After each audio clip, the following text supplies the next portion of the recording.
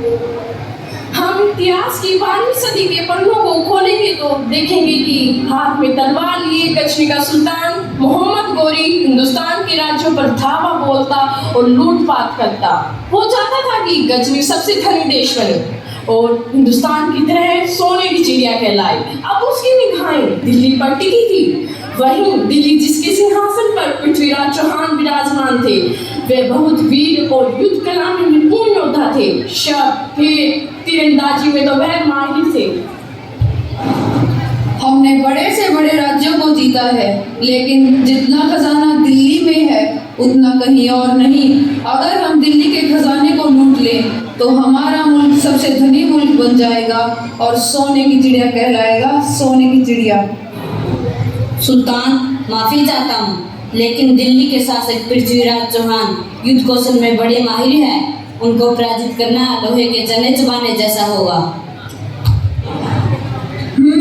तो ठीक है, हम भी पृथ्वीराज चौहान की वीरता को देखना चाहते हैं। सेनापति सुल्तान, दिल्ली पर हमला करने की तैयारी करो। जी सुल्तान। एक सैनिक युद्ध की सूचना लेकर पृथ्वीराज चौहान के पास पहुंचता है। पृथ्वीराज चौहान तलवार की धार का निरीक्षण करते हुए सिंहासन पर बैठे हैं। महाराज की जय हो। महाराज, अभी हमें सूचना मिली है कि गजनी के सुल्तान मोहम्मद गौरी दिल्ली पर आक्रमण करने की तैयारी में है। पृथ्वीराज चौहान इतना कमजोर नहीं कि मोहम्मद गौरी जैसे तुच्छ लुटेरे से भयभीत हो जाए। राजपूत है राजपूत, हम किसी के आक्रमण से नहीं डरते। करने दो हमला।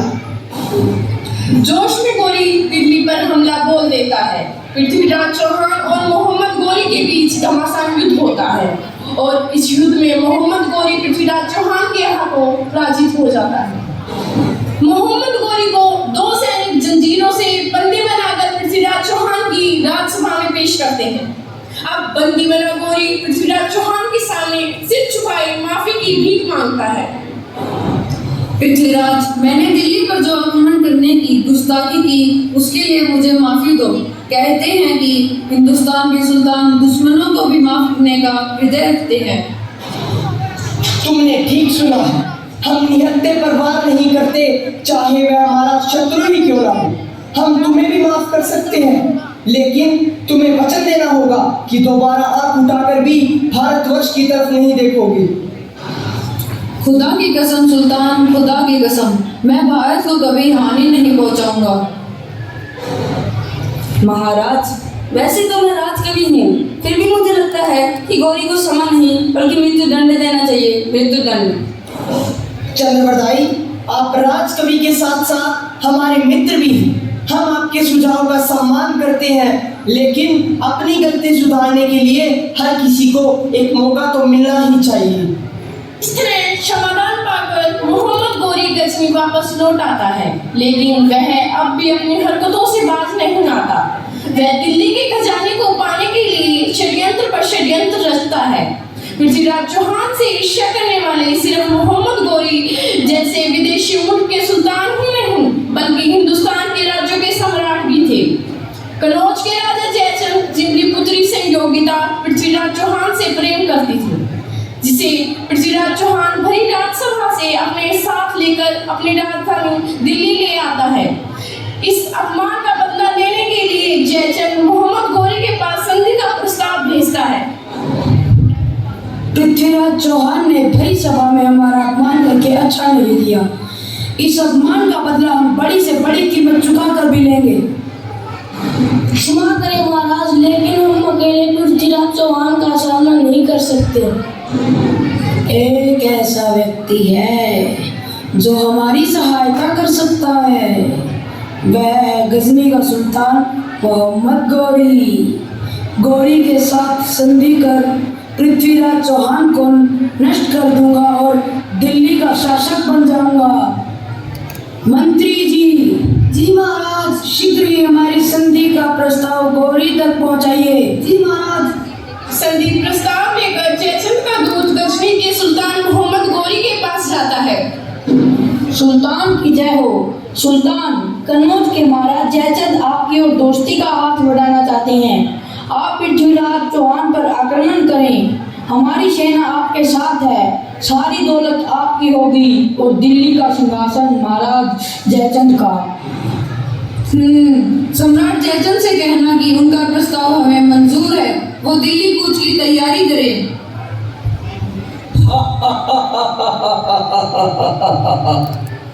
चाहे कोई कितना ही बलवान क्यों ना हो, फूट इंसान को कमजोर बना ही देती है। इनकी आपसी फूट का मैं पूरा फायदा उठाऊंगा। पृथ्वीराज को पराजित कर दिल्ली की सारी दौलत मेरी हो जाएगी, मेरी। अब गजनी सोने की चिड़िया कहलाएगा।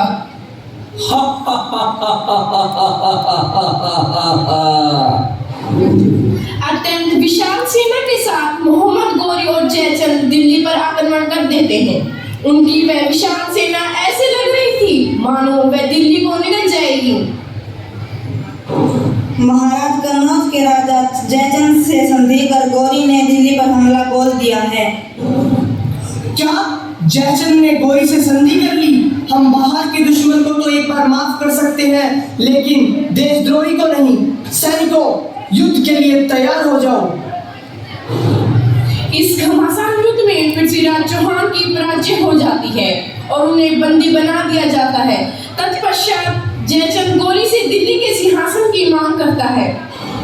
मोहम्मद गौरी, हमने अपना वचन निभाया, अब तुम भी हमें दिल्ली का शासक बनाकर अपना वचन पूरा करो। जयचंद, तुम्हारी सहायता के बिना तो पृथ्वीराज चौहान को हराना संभव ही नहीं था। तुम्हें तो जरूर इनाम दिया जाएगा। सैनिकों, इस गद्दार जयचंद को बंदी बना लो। गौरी, यह तुम क्या कर रहे हो? तुम्हें यह विजय मेरी वजह से मिली है, तुम इस तरह मुझे धोखा नहीं दे सकते। जयचंद, मुझे यह विजय तुम्हारी आपसी फूट से मिली है, समझे? जो अपने मुल्क से गद्दारी कर सकता है, वह हमारे साथ भी गद्दारी करने से पीछे नहीं हटेगा। इसकी गर्दन काट कर बीच चौराहे पर लटका दो और लिखवा दो, गद्दार जयचंद। गौरी जयचंद को चौराहे के बीच मरवा देता है और दिल्ली की सारी दौलत हड़प कर पृथ्वीराज को बंदी बनाकर गजनी लौट जाता है। और अगले दिन राजसभा में पृथ्वीराज को बेड़ियां डालकर लाया जाता है। दिल्ली का सम्राट पृथ्वीराज चौहान आज हमारे सामने जंजीरों में जकड़ा बंदी बनकर खड़ा है। पृथ्वीराज, मैं भी तुम्हें माफ कर सकता हूँ यदि तुम मेरे गुलाम बनकर रहो। मैं पृथ्वीराज चौहान हूँ, गुलाम बनकर रहने से अच्छा है कि मैं मृत्यु को प्राप्त हो जाऊं। दुष्ट, बंदी बना खड़ा है, फिर भी आंखें दिखाता है। अपने यहाँ घूरती निगाहों को नीचे कर। गौरी, क्या तू जानता नहीं कि हम एक राजपूत है और एक राजपूत की आंखें मौत के बाद ही नीचे होती है। सैनिकों, जिन आंखों से यह हमें घूर रहा है, उन आंखों को गर्म सलाखों से फोड़ दो। हम इसे इतनी आसानी से मृत्युदंड नहीं देंगे, इसे बंदी गृह में डाल दो। इधर दिल्ली में पृथ्वीराज के राजकवि चंद्रबरदाई अपने सम्राट की दुख भरी खबर सुनकर चिंतित होते हैं और पृथ्वीराज से मिलने गजनी की राजसभा में पहुंच जाते हैं। मोहम्मद गौरी, तुमने सम्राट पृथ्वीराज को बंदी बनाकर उनकी आंखें फोड़ दी। क्या तुम भूल गए? इसी पृथ्वीराज चौहान ने तुम्हें 16 बार माफी की भीख दी थी। भीख। सैनिकों, बंदी बनाकर इसे भी अपने मित्र के साथ बंदी गृह में डाल दो। कुछ दिनों बाद मोहम्मद गौरी तीरंदाजी का एक आयोजन करता है जिसमें अनेकों तीरंदाज बुलाए जाते हैं। इसकी सूचना जब चंद्रबरदाई को पता चलती है तो वह सुल्तान से मिलने का आग्रह करता है, जिससे सुल्तान मंजूरी दे देता है और चंद्रबरदाई को गौरी की राजसभा में पेश किया जाता है। सुल्तान, आपने जो तीरंदाजी खेल का आयोजन किया है उसमें मेरा मित्र पृथ्वीराज चौहान भी हिस्सा लेना चाहते हैं। क्या एक अंधा तीरंदाजी करेगा? आपने पृथ्वीराज का ये करतब देखा ही कहाँ है? आंखें ना होने के बाद भी वह अच्छा निशाना लगा सकते हैं, आवाज सुनकर तीर चला सकते हैं। असंभव, असंभव।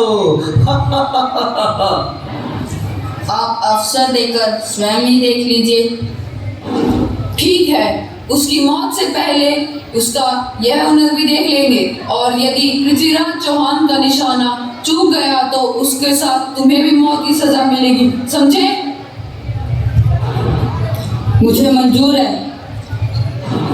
इस तरह सुल्तान से मंजूरी पाकर चंद्रवरदाई पृथ्वीराज के साथ गौरी को तीर से मारने की योजना बनाकर तीरंदाजी के खेल में उपस्थित होते हैं। सुल्तान, तवे से निकली आवाज सुनकर पृथ्वीराज चौहान उस तवे पर तीर चलाएंगे, लेकिन सुल्तान आपको 3 बार हुक्म देना होगा, तभी मेरे मित्र तीर चलाएंगे।